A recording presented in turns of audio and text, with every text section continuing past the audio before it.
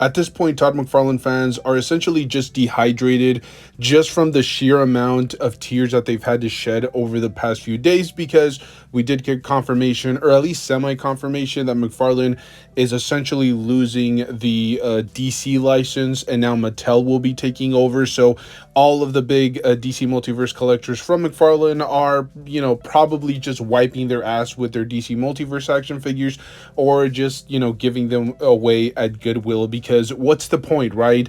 The end is nigh. The 1/10th DC Multiverse action figure line will be no more, and it appears that Mattel will now be regaining all of the rights for those type of collectibles. Again, not like 100% confirmed, but just from the rumblings and the fact that it is already confirmed that Mattel will now be making DC action figures, we can just infer that McFarlane will be losing the rights.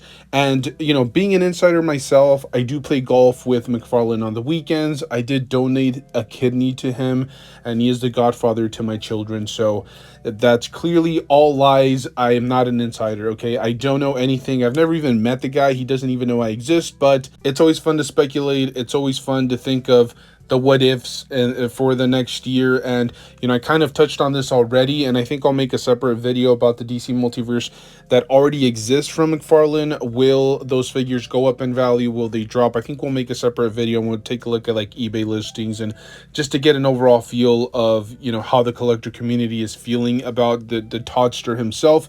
But in today's video, as I said, we're going to talk mostly about what I think we'll see from him towards the end of 2025 and then entering 2026, where he is, allegedly said to lose the DC license. And I will say, I think we might see a little bit of a trickle into 2026, just because he may already have action figures scheduled for the end of 2025, and some of those may arrive late to like actual retailers, or if you pre-order something from him, like let's say late in 2025 towards Halloween, or maybe entering the holiday season, I do definitely feel like you may receive a lot of those figures entering like January and February. That's just how business works when it comes to action figures. But anyways, enough rambling, enough of that nonsense. Let's get straight into it. First and foremost, I think he'll start to obviously pour way more effort into his Spawn universe. That's been something that I think he kind of went away from.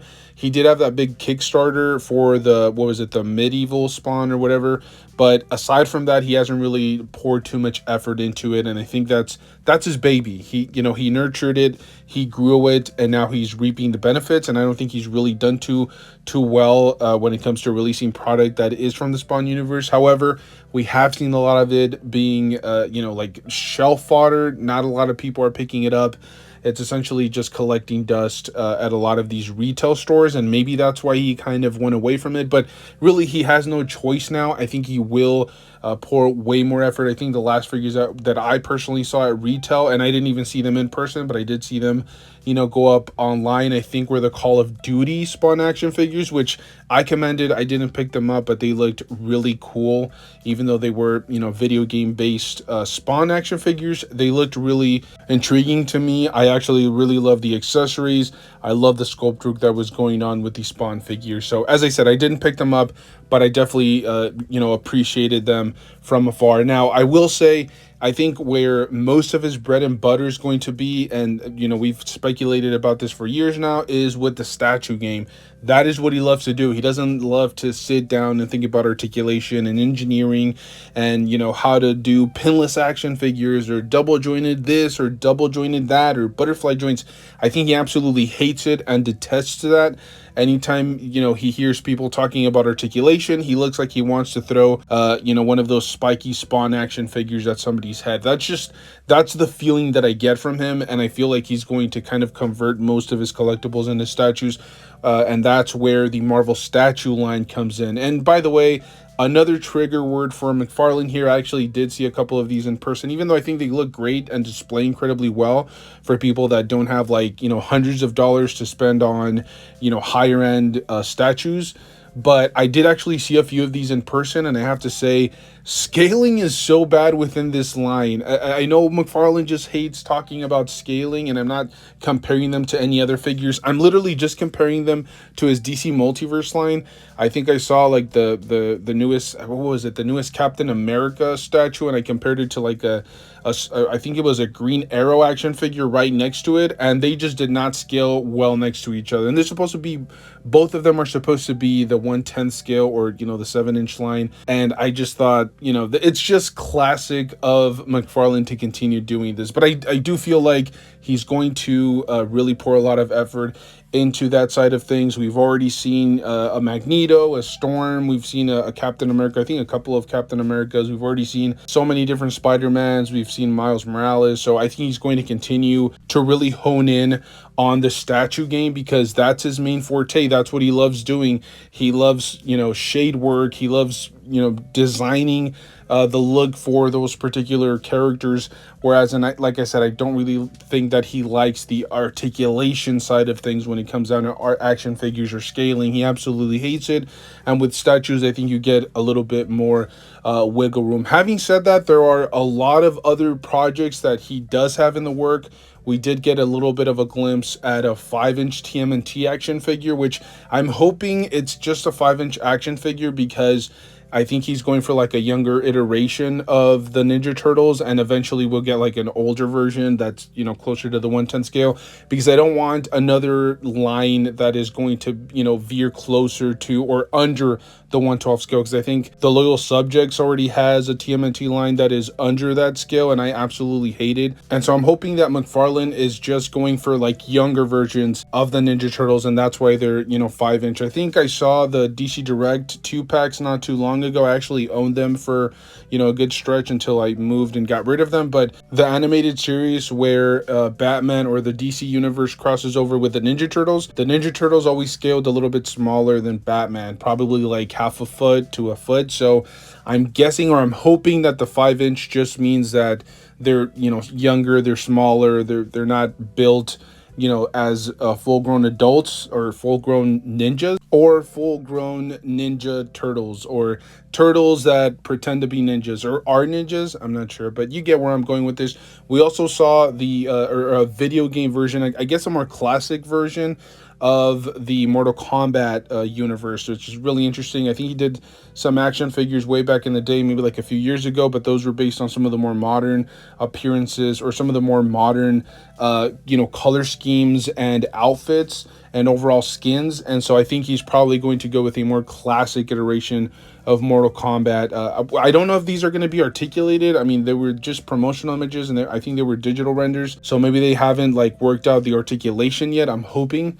But yeah, it appears that they're just gonna, I'm gonna guess and assume that he's probably going to reuse the older body molds, give them different color schemes, maybe retool some things here and there, tweak some things, maybe update some of the body molds. But I wouldn't be surprised if most of it is reused. And this is where I think a large percentage of the effort that he was spending on the DC Multiverse, he's going to spend it on this. I think he will start to expand, pick up more video game licenses. We've already seen him work on Doom, which did really well for him. A lot of it was selling out and just flying off the shelves. He did do the Witcher line, which didn't do too well, but for the most part sold, decently. He's been doing the 40K line. He's even done some anime action figure lines, so that's kind of interesting. But as I said, I think he's going to jump in on more video games. I'm not sure what that is. I would love to see him work on the new Gears of War video game franchise that's coming out soon. It's going to be kind of a prequel, so you get like younger versions of all of the Gears of War characters, Marcus, Dom. It's kind of, like I said, a prequel to the original video game franchise. So this is going to be really interesting. I would love to see him work on that. I think Storm Collectibles has the license for that scale, but they've mostly been working on the older video games, and maybe they decide to go in a completely different direction. I know Jazzwares was doing Halo not too long ago, but I would love to see McFarlane pick up the license for Halo. That's another one of those like highly coveted and beloved video game franchises that I think he would just work perfectly with. It's armor pieces. You know, you don't have to have them like heavily articulated. As long as the detail is there, as long as the paintwork is there, I think it's definitely going to work for collectors. And I think Jazzwares, I'm not sure if the license has already expired for them, but they haven't really done anything with that license in quite some time. So I'm going to assume that it timed out, or the contract was only maybe for like a couple of years. But maybe he decides to go back into Witcher. We know that there's a new Witcher video game on the horizon, and so that's another big property that he could work on. And as I said, we are getting some classic Mortal Kombat figures, so he could just go back and, you know, work on like the first couple of Mortal Kombat video games, maybe work on some different designs for those characters. As I said, he's probably just going to reuse old body molds, tweak them a little bit, do the classic paint job, and then, you know, have those figures available for collectors that maybe missed out on some of the newer Mortal Kombat figures. We have seen him veer closer to, like, for example, BioShock. We did have a figure not too long ago from the DC Multiverse that actually resembled a Big Daddy. So, you know, a lot of people speculated on whether we could see him work on a horror franchise, maybe even Resident Evil. I know there have been, you know, some overseas manufacturers that have worked on them, but those have been massively expensive. Maybe he could do something with that video game franchise. We could even see him do something with Dead Space. Same thing. I think we had a company not too long ago that works, that's an imported action figure line that worked on Dead Space, and that figure was like in the hundreds, like low 100. So maybe McFarlane just decides to expand and, you know, pick up more video game licenses. I think that's really where his bread and butter has been over the past few years. As I said, not all of it has sold out, but I think if he, you know, picks up more beloved franchises, people that are, you know, rabid about, that have been waiting now for maybe decades to get like a solid action figure line, I think that there will be definitely quite a bit of support. Not to mention, as much as I hate the line, I think he will continue the Page Punchers line. Obviously not, you know, utilizing DC action figures, or maybe they allow him to continue doing the Page Punchers, the 4-inch Page Punchers for the DC multiverse or the DC universe. But let's not forget, he is doing the Transformers Page Punchers. He's also doing the G.I. Joe Page Punchers. And I think he could easily pick up other big licenses just because he's not really going to step on anybody's toes. Not that many people are interested in doing, you know, 4-inch action figures. Maybe he could do like Star Wars in the future, and just same thing, include you know, a comic book that is relevant to those characters. We know he does the same exact thing for Spawn. So I think the Page Punchers line will continue. Maybe he starts doing 7-inch action figures for, you know, other big franchises, just for the sake of it being like a subline. You know, the TMNT being another big franchise that, you know, he may be trying to get his foot in the door. I will say I'm absolutely done with NECA. You know, great sculpt and great attention to detail and great accessories, but I think in terms of articulation, the NECA TMNT figures are just absolutely horrendous. They're supposed to be ninjas, but they can't articulate, they can't get into any crazy dynamic poses. I would love to see both of them coexist. I mean, if you're into NECA, continue collecting NECA. Maybe McFarlane is able to get the license to make some TMNT action figures. I would absolutely love that. As I said, continue making some retro classic video game action figures as well. But as I said, this is pure speculation. We just don't know. This is what I think will happen in the foreseeable future. I think Hasbro is going to continue making Marvel Legends. I know there was some rumblings out there that potentially they could lose the license, but I just don't see anybody being able to handle a big giant line like that. Maybe, you know, McFarlane is able to do it, but it just makes no sense to kind of trade off.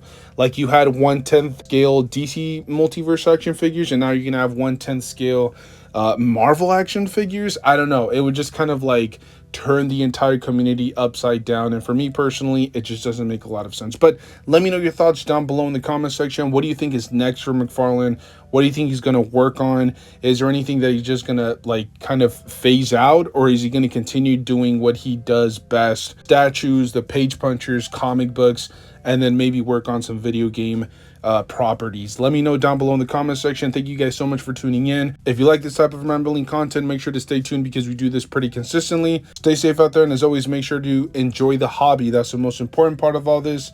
I'll see you guys in the next one. Thank you.